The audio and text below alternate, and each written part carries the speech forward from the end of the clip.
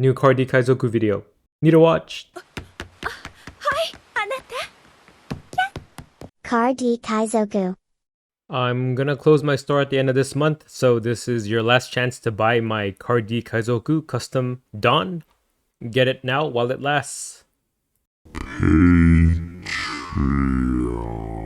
This video is sponsored by Card Market, Europe's largest online marketplace for trading card games. This video is sponsored by Sleeve Chief. Their Solo Hunter collection is dropping on Sunday. Use code CARDKaizoku for 5% off your order. It's pre-release season for OP07. I almost forgot about this because there wasn't one for EB01. Kind of threw my cadence off here, but yeah, we're going to do a pre-release primer guide for you guys. We do it every set, so yeah, let's just jump right into the event. So in case you don't know what a pre-release tournament is, it is an early way for you to get access to a new set where you can test out new cards in a tournament setting at your local game store. These will be taking place between June 21st and the 27th, and I believe signups for the event should be out by now if you're watching this video on Friday, June 7th.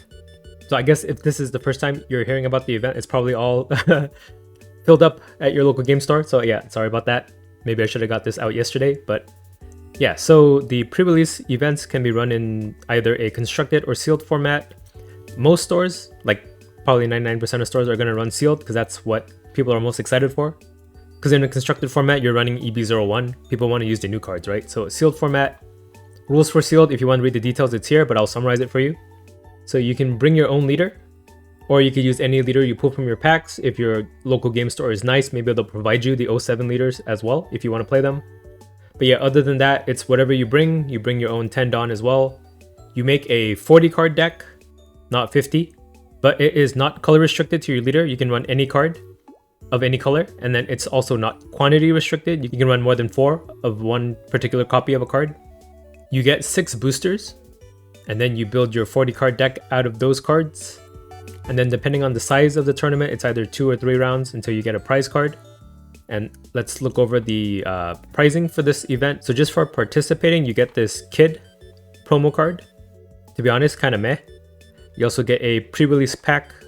These contain 2 cards in them from OP07 with like a pre-release stamp. Depending on your local game store, you may be allowed to use these in your deck too. So ask them before including it in your deck. And then if you happen to win your event, you do get that same kid card, but with the pre-release winner stamp on it. Oh, and one more thing to note is that if you do buy a box of OP07 during that pre-release event, they're supposed to give you 1 additional pre-release pack. Hold your store accountable for that if they don't give that to you. I've heard horror stories of stores being greedy and like not giving out proper pricing and like participation stuff. So yeah, do keep that in mind. And then report the store if they're not doing what Bandai tells them to do. But yeah, that's how a pre-release event works if this is your first time attending one. The rest of this video will be going over what cards you should expect to draft in your deck. Again, building a 40 card deck out of 6 packs, it's more about what not to put in your deck, as there will be a lot of filler needed to complete your deck. But yeah, let's jump right into that part of the video. So we mentioned that you can bring your own leader, but let's look at all the 07 leaders to decide whether maybe they're worth it to run over some past leaders that we know are tried and tested in the sealed format. So first up, we have Monkey D. Dragon, the red leader of OP07. 5 life leaders tend to do a little better in a sealed format, unless they have really strong leader abilities, but yeah. What Dragon does is you can give up to 2 of your currently attached Dawn to one of your characters. This in and of itself is a generic enough effect that it would be really strong in the sealed format, just having 2k extra power when you attack with the character. The caveat is that you have to have a character on board to utilize this effect. If you just have your leader, this really does nothing for you. But yeah, in a sealed format, it is very like math heavy and there's no like outright removal that just gets rid of your board. So more often than not, if you can defend a character on board with counter, you do get a lot of value out of this leader ability. So I would actually argue that Dragon might be runnable. It's 2k extra power for free basically. So you just swing with your leader for 7 and then put that 2 down on another character to reuse it. So yeah, actually it could be pretty strong. Try it out, let me know. Up next we have Bonnie, the green leader of the set, mono green, 5 life as well, so good healthy amount of life. And then her leader ability reads, when opponent attacks once per turn, if you pay 1 Dawn, you can just rest one of your opponent's leaders or characters.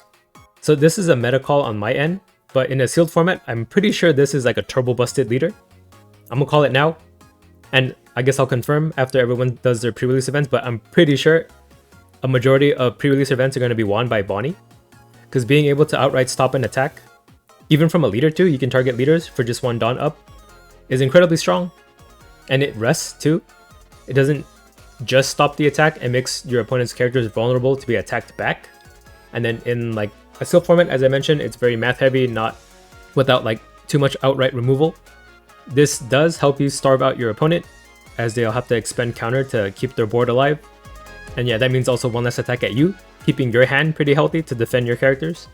So I honestly think Bonnie is a top meta contender in a sealed format. So if you do happen to pull one, or I guess if you attended another pre-release event in the day and you happen to pull this, technically you own the card so you can bring it to your future sealed events if you got into more than one. But yeah, be on the lookout for Bonnie. And then I guess I'll make a video saying I told you so once this is correct. And if it's not, then I'll just bury this and never mention it again. Up next we have Boa Hancock, the blue monocolor leader of the set. Her leader ability reads, during your turn, once per turn, you can activate this when a character leaves play from one of your abilities. So this is either bouncing, bottom decking, or KOing. If you have 5 or less cards in hand, draw 1 card. I do think that this is too situational, as yeah, in a sealed format, there's no outright removal that is easily accessible. A lot of Boa's removal is from like past sets with cards like Red Rock, Gravity Blade, Raging Tiger, stuff like that. Within 07 itself, you don't have much except for like the Amazon Lily cards that bounce themselves to your hand. But yeah, I would avoid Boa Hancock in a sealed format. She's strong in constructed, but not in this format. Up next we have Foxy, another monocolor purple leader. When attacking, Dawn -3. If you have 3 or more Foxy Pirates characters in play, you can choose up to 1 of each of your opponent's rested leaders and characters, and then the cards you choose do not become active during the owner's next refresh phase. I'm gonna have to put this one in like situational, because you do need Foxy Pirates characters to activate the leader ability. It is a strong leader ability, being able to freeze 3 things. But yeah, it really just depends on your packs. If you happen to pull a lot of Foxy characters, this could be runnable. The Foxy characters themselves aren't too great either. I think it's like Portia and like Chopper and a few others that might be playable generically. So it'd be a pretty big gamble. But yeah, if the stars align, I do think Foxy could do pretty well. But if you want to be safe, definitely just play Bonnie over this. We also have Rob Lucci, monocolor black leader. When attacking, you may trash the top 2 cards of your deck. And then you give up to one of your opponent's characters -1 cost for the turn. So turbo busted in constructed, but in a sealed format, not as much. You need access to like previous black cards to utilize this leader ability. It is generic, but yeah, you're missing a lot of core CP cards that were from like 02 and 03 needed for this deck. So because of that, and because of like the lack of cost-based removal in a sealed format in 07 itself, I wouldn't run Lucci. Lastly, we have Vegapunk, mono yellow leader. So this leader cannot attack. That is already a very big detriment in a sealed format. And then his leader ability is activate main once per turn for 1 Dawn. Place up to 1 5 cost or less character with the egghead type from your hand, either face up on top of your life or into play. So you're restricted on card type too. You can only run egghead type characters for this leader effect. There are some pretty strong ones, but you do have to like have them in your packs. So because of that risk and the fact that your leader can't attack, this might be like the worst leader out of the bunch in 07. Because even in constructed, he's not that great either. So I would figure in a sealed format, he's even more unplayable. So just avoid Vegapunk in general for now. And then from past pre-release events, we know Starter Deck 2 Kid is one of the premier sealed leaders. Being able to discard a card and pay 3 Dawn to untap your leader to attack again is a very strong effect. And being a 5 life leader means that you have that 1 extra buffer too. So yeah, Kid, always a great choice in sealed, in case you don't want to play any 07 leaders. Likewise, OP03 Charlotte Katakuri, also very strong. For 1 Dawn attached to your leader, you can look at the top card of your life, and then you can either put it back on the top or bottom.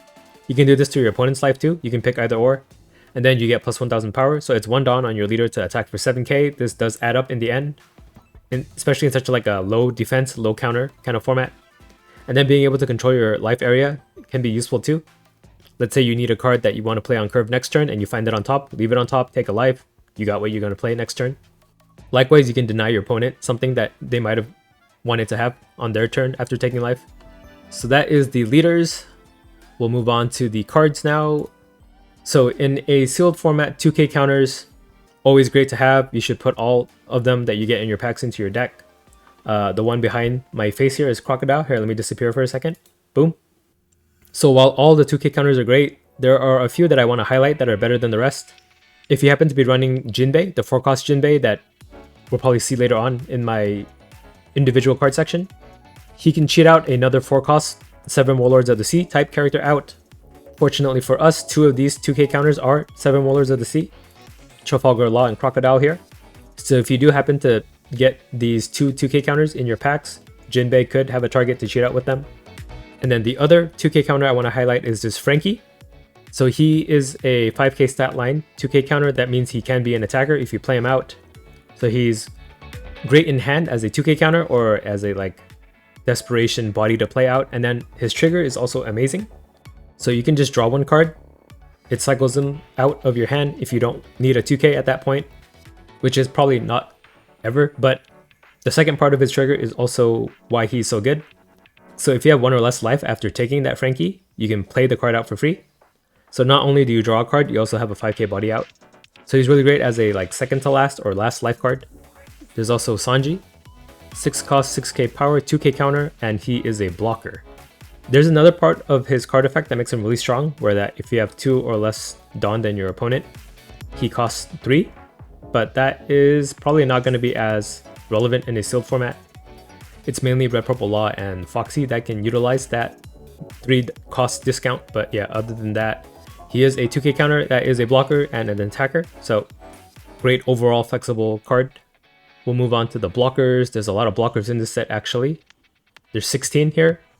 And yeah, as we mentioned, Sanji doubles as a blocker and a 2k counter. You want blockers in your deck because there's so few 2k counters that you can put in your deck, right? In a constructed format, you run like 10 to 14 2k counters. In a sealed format, you run like half of that, if even that, right? It depends on the luck of your packs. So we use blockers to sort of make up for that. There's chump blockers here, the 0 power, 2k power, and then there's some substantial blockers going from the 5k up to 7k range. We'll just go over some notable ones here. So Baccarat, red blocker, and then on your opponent's attack, once per turn, you can trash a card from your hand and then give one of your leaders or characters plus 2k power.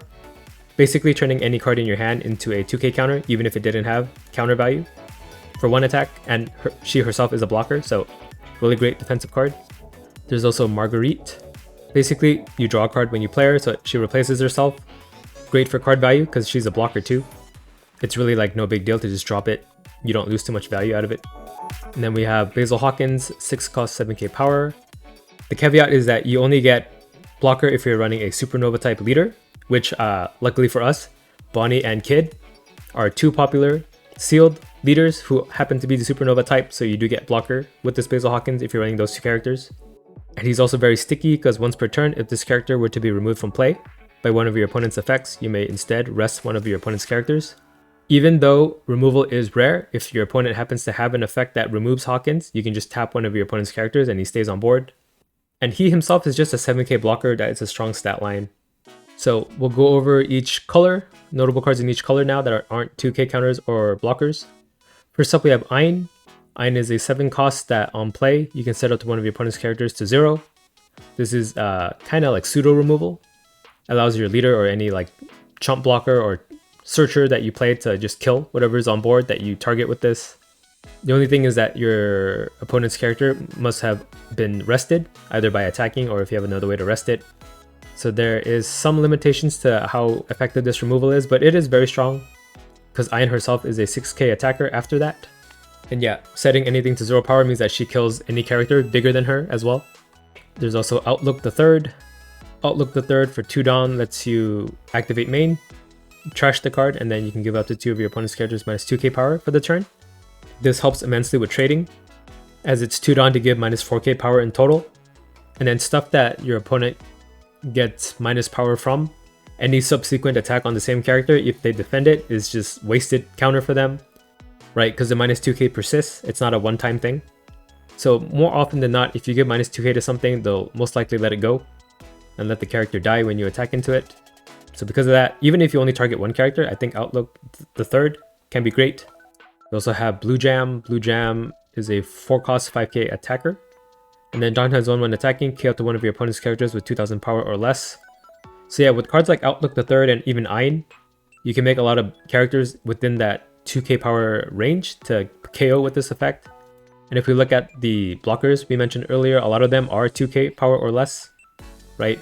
Papag, Chopper, Gizmonda, Karina, Koala, all these characters can be KO'd. So Blue Jam might provide you with quite a bit of value in this set. We also have Monkey D Dragon, the SR for red in this set. He's an 8-cost 9k attacker, and then he has Rush, which is really strong in a sealed format, being able to attack the turn that you play him. Helps with trading immensely. And then on play, you can give your leader up to one of your characters up to 2 Rested Dawn. And since he costs 8, 2 of that Dawn is readily usable for you. One cool combo with the Dragon Leader is that if you play this character Dragon, you put 2 Dawn in your leader attacks for 7, and then your leader ability lets you put that 2 Dawn back on this dragon to attack for 11, if you really want to do it that way. But yeah, even outside of a dragon deck, it's still 8 Dawn for 11k worth of power. We also have Dragon's Breath, a 2 Dawn event on main, KO to one of your opponent's characters with the power of 3000 or less, and then up to one of your opponent's 1-cost or lower stage cards. I don't think there are any relevant stage cards in this set, but yeah, just 2 Dawn to KO at 3k or less. This is like hard removal, but it does depend on your opponent's character's power. But if you run cards like Outlook and Ayin, you can KO bigger characters than this card would normally allow you to. And then even on trigger, you can catch a stray chump blocker they have up. Moving on to green, we have character Bonnie, 5-cost Bonnie, 6k power. On play, up to one of your opponent's rested characters or Dawn do not become active during their next refresh phase. This is a great flexible stall card. You could either keep one of your opponent's characters rested to attack into them again and like not be attacked by them, or you could keep one of your opponent's Dawn rested so they can't play something on curve. They have to play something 1 Dawn less. Can mess up your opponent, make sure that your board is always a little stronger. And she even has counter value too. This is probably one of the better cards in sealed. Up next we have Fisher Tiger, 5-cost 6k power. This character can attack your opponent's characters on the turn it's played, so it's like pseudo rush. It can't attack for game, but it can help you trade into the board. And then on play, if your leader has Fishman or Merfolk type, you can also rest a character, 6 cost or less. But yeah, we're not running it for that effect unless you want to run like Hody or something, or Arlong. But I think he's great even just for that first part, that pseudo rush effect, and he has counter too. We have Green Monkey D Luffy, 5-cost 6k power. If you have 3 or more characters, your cost 3 or lower characters other than Monkey D Luffy's cannot be KO'd by your opponent's effects. This pretty much protects all your chump blockers, and it protects all of your vanilla 3-cost 5ks. Can be useful, right? If your opponent can't get rid of your blockers, they can tank really big hits for you, guaranteed. Karma Exposure, 1 Dawn event. Counter, give it to one of your leaders or characters plus 2000 power for this battle. Then if you control 3 or more characters, that character gains an additional 1k power for this battle. So yeah, 1 Dawn for 3k counter. If you protect your board enough, it's not too hard to have 3 characters out in the sealed format. And then the trigger is also great. You can KO a rested 4-cost or less too. Moving on to blue, we have 4-cost 5k power Edward Weevil. So Dawn times 1 when attacking, you can look at the top 3 cards of your deck and place them back in any order. Or you can place it on the bottom of your deck too. This is great as he is a 5k attacker, so he's useful as an attacker, and then you can rearrange cards for your next 3 turns, or just get rid of 3 bricks that you might have drawn. Great for consistency, and yeah, has counter value too. Mihawk, 8-cost 10k power. So on play, draw a card, he replaces himself and he's a big body. No brainer there. And we have Jinbei, 4-cost 5k power. I mentioned this card earlier, but on play, you can play a 4-cost or less 7 rollers of the C-type character other than Jinbei from your hand. Can be a little situational because you need to have that other 7 warlords of the C-type card in your hand. But yeah, 2 of the 2k counters in this set are 7 warlords. So they become like dual function cards. They can either be a board swarm card or defense for you. 6-cost 8k power Boa Hancock. On play, up to one of your opponent's characters other than Monkey D Luffy cannot attack until the end of their next turn. Then you could bottom deck a 1-cost or less character on board. So Boa is an insanely strong card. Even in constructed, I would assume it's turbo busted and sealed. You outright stop and attack. This one is better than Bonnie, because Bonnie requires your opponent's character to have been rested, and they don't untap on their refresh phase. Boa just outright stops them from attacking at all, regardless of if they're rested or not. But this does mean that they can activate effects that require them to rest a character, but yeah, I don't think that's too relevant in a sealed format. So yeah, Boa being a vanilla statline character that nullifies one attack on your opponent's next turn is a very strong effect. It's not even like restricted by cost. You can target any cost character with this other than another Luffy, you know? So I think Boa is a mandatory card in this sealed format as well. Moving on to purple, we have Big Pawn. So Big Pawn is a 6 cost 7k power character. On play, if you have less or equal Dawn than your opponent, you can play a 4 cost or lower Foxy Pirates type character from your hand. So this one's also situational, but there are a few usable Foxy type Pirates characters. There's the Chopper, there's the Porsche, cards like that. This is a 2-for-1 card. And being a 7k stat line is also strong. But do note that you have to be equal to or less Dawn than your opponent. So you either have to have -1 Dawn at some point on your curve, or you have to wait till you're at 10 Dawn to match your opponent's Dawn at that point. So because of that, kind of situational, but a very strong effect if you can get it to activate. Up next we have Porsche, probably the best Foxy Pirate type card, and it's a little generic too. So she's a 3 cost 5k power attacker, great stat line. And then on play, if you Dawn -1, you can look at the top 5 cards of your deck. You can add a Foxy Pirates type card to your hand, and then place the rest on the bottom of your deck in any order. And then after that, you can play up to one 4,000 power or lower purple character from your hand. So even if you're not running the Foxy Pirates package, you could run generic purple cards that fulfill that second requirement. You can cheat out a body for free basically. And this Dawn -1 would set you to the Dawn requirement needed for a Big Pawn too, who could cheat out another Porsche. But yeah, you could cheat out stuff like that Chopper blocker or like just any good purple card in the set. Next up we have Monkey D. Luffy, purple one. 6 cost 7k power, activate main once per turn. You can Dawn -3. If your opponent has 3 or more characters in play, you can set this character as active.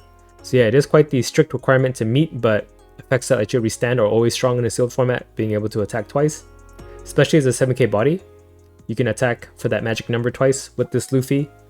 It's probably something you're not going to be using every turn, but it's a great finisher for sure.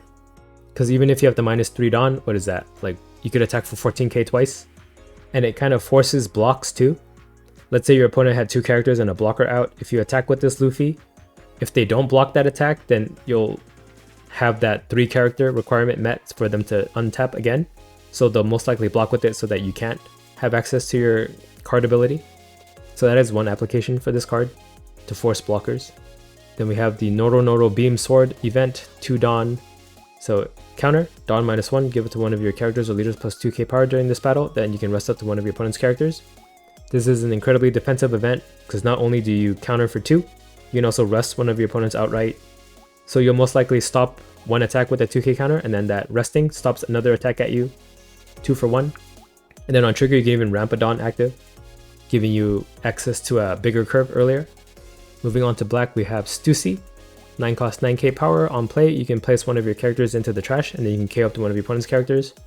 So yeah, one of the few outright just KO effects in this set. You do have to like kill one of your own characters to do this. But yeah, Stussy doesn't have a cost requirement. You can KO anything. And she herself is a 9k attacker, so a very strong late game card. Then we have Zombie Luffy. I think there's a Luffy in every color in this set. Don't quote me on that, I didn't confirm it, but so far it looks like there is. So what this Luffy does is he's a 5 cost 6k power, and then when attacking, you can trash out to one of your opponent's characters with the cost of 2 or less. This kills a chump blocker. And then you can place any number of characters with the cost of 4 or more from your trash to the bottom of your deck in any order. This Luffy gains plus 1000 power for this turn for every 3 cards placed at the bottom of your deck this way. That part maybe not as relevant. Sometimes you'll get to do it, but probably at max like 1k power extra. But yeah, I like it just for the ability to kill a chump blocker. Up next we have Rob Lucci, 5 cost character, 6k power. On play, you can return 3 cards from your trash to the bottom of your deck in any order. If you do this, your opponent discards 1 card from their hand, and then your opponent places 1 card from their trash to the bottom of their deck. So you can kind of think of it like a character that gained rush and attacked your opponent and forced them to counter with the card in hand if they did discard a counter card. And then at the end of your turn, it untaps him because he's still active, right? If you think about it that way, that is a very strong effect. But yeah, your opponent can also just discard a brick from their hand, but if your opponent is good at deck building, they won't run too many bricks, so you'll most likely hit something important in their hand, which is why I think this card will be strong in a sealed format. Moving on to yellow, we have Atlas, 5 cost 6k power. So if your life is lower than your opponent's life, this card cannot be killed by battle. Makes it really sticky. It's a great combat trading card. The trigger is if your leader is Vegapunk, you can play this card for free, but yeah, that's probably not gonna be us because Vegapunk kind of sucks. So we're running this card just for the immunity to KO by battle. We also have Jinbei, 5 cost 6k power. So other than that, he doesn't have a card effect, but he does have a trigger. You can bounce a 4 cost or lower character to your opponent's hand, and then you can add this card to your hand. So not only does he remove a card on field, he also comes to your hand to be a 1k counter or a 6k body you can play the turn after. Up next we have Fuza, 4 cost 6k power. Dawn time zone when attacking. If you have 1 or less life cards, KO up to one of your opponent's 3 cost or less characters. So conditionally a removal card that can KO as you attack. These effects can be strong. It gets rid of a lot of the chump blockers that are 3 cost or less. You do have to be at 1 life though, so not as readily useful in the early game because you're not going to be at 1 life unless you're playing Vegapunk. But can come in handy in the late game when you're trying to finish your opponent off. And it's efficiently statted at 4 cost 6k. Up next we have Monkey D. Luffy, 5 cost 6k power. So activate main, you can place this character in your trash. If you have 2 or less life, you can KO up to one of your opponent's characters with the cost of 4 or less, and then you can draw 1 card. This card is used in Constructed. It's a good card because not only is he a 6k attacker, so you can attack with him first, and then you can use his activate main to pop a 4 cost. And he also replaces himself by drawing you a card. Because of that, he's a very flexible card to use, and he has a very strong trigger too. You can just outright KO one of your opponent's 4 cost or less characters. Definitely a card that you can utilize really well with Katakuri, as you can manipulate your life to a degree. Up next we have Lilith, 3 cost 5k power, and then on play you can look at the top 5 cards of your deck, and you can reveal an Egghead type card and then put it to your hand. So just a Egghead searcher with an attacker stat line, so at worst it's an attacker that you can play. And if you happen to have pretty good Egghead cards in your deck, it's only more benefit from that point on. Trigger is irrelevant. Then we have Please Save Me, 1 Dawn event. If you have 2 or less life, give it to one of your leaders or characters plus 3000 power during this battle. So it is a 3k counter for 1 Dawn, but only when you have 2 or less life. When you're at higher life than that, this card is dead card in hand, but 1 Dawn for 3k power is incredibly strong, as the usual math is 1 Dawn for 2k. This is 1 more above that. And then if you do happen to have a lot of good Egghead cards in your deck, and they're like dead in your trash, the trigger lets you play a 5 cost or less Egghead type character from your trash. So that can be really useful. It's both a defensive card and potentially offensive one. We also have Flame Split, a 1 Dawn event. So this is a main and counter effect. You can give it to one of your leaders or characters plus 1000 power for the turn. So it's 1 Dawn for 1k power, already efficient in that regard. Then after that, if your opponent has 2 or less life, you can rest up to one of your opponent's 4 cost or lower characters. So this gets rid of chump blockers that are in the way. For 1 Dawn, the requirement's pretty easy to get them to 2 life. You'll be taking life from each other. You guys won't be healthy most of the time. You have that edge of disregarding a blocker when you're going for lethal with this card. And then on trigger, you can just rest a 4 cost or less character as well. And then the secret rares for the set, both of them are runnable. The first one here is Sabo. 8 cost 9k power. On play, you may trash 1 card from your hand, KO to one of your opponent's characters with the cost of 5 or less, and then another one of a cost of 3 or less. So yeah, just a big body that can KO 2 characters. You won't have like the cost reduction in this deck to hit too big of a target, but it does get rid of 2 chump blockers. And again, there's so many blockers in this set that this would probably be a really strong effect. We also have Ace, 10 cost 10k power. You can add 1 card from the top of your deck to your life, so it's 10 Dawn to heal 1. And then if you have 2 or less life cards after healing, this character gains Rush for the turn. So if you're at 1 life, you can heal to 2, and then you can attack on the same turn with the 10k body. That is a very strong effect. It either gets rid of an attacker or can win you the game. So getting rid of an attacker and healing a life prolongs your own longevity quite a bit. And then we have the SP cards too. These cards can be run in your deck because they are cards you can pull in an 07 pack. So up here we have Onami, who gives Banish on play to your leader or character. Banish is a very strong effect as it makes damage that your opponent takes to life go to trash instead of to hand, denying them potential counter or like a card that they might want to play on the turn after. Then even as a trigger, it KOs a 5 cost or less character on trigger, so a very strong card to include. We also have 5 cost Kid, just another blocker. We don't get to utilize the minus Dawn part too much. There are a few minus Dawn cards that I featured in this video so far. So if you do happen to run those, what he does is when you do return Dawn to your Dawn deck, you gain it back active.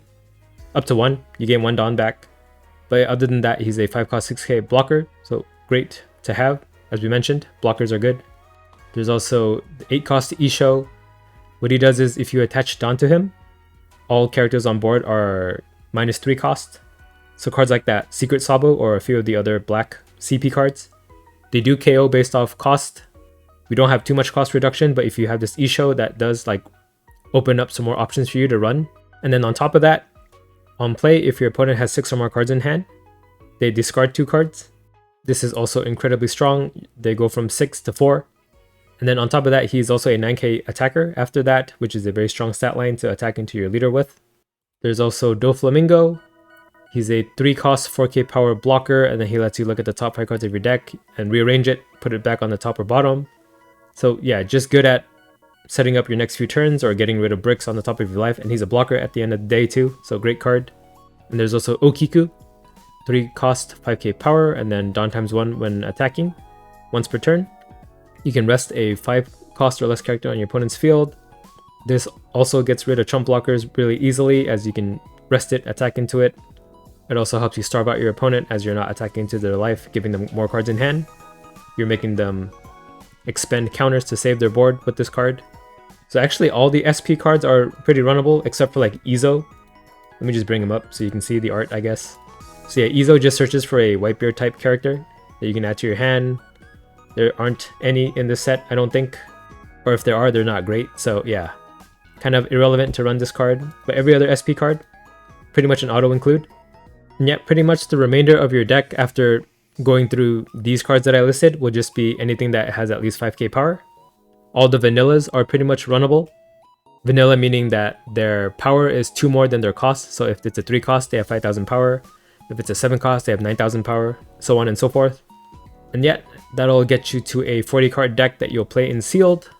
Hopefully you can win and get that pre-release stamped kid. Let me know how your pre-releases go. Let me know if you pull anything exciting from your packs. That's some of the excitement from the events too. Seeing the guy next to you pull a manga rare instead of you and getting bitter over it and making a Twitter post about it. But yeah, let me know if you guys win your winner card. Show it off in my Discord. Every time there's a pre-release, a lot of the members in the Discord seem to win their local events and show off their prize cards. So yeah, always a fun time. And hope this video helps you. Okay, bye. Card D Kaizoku.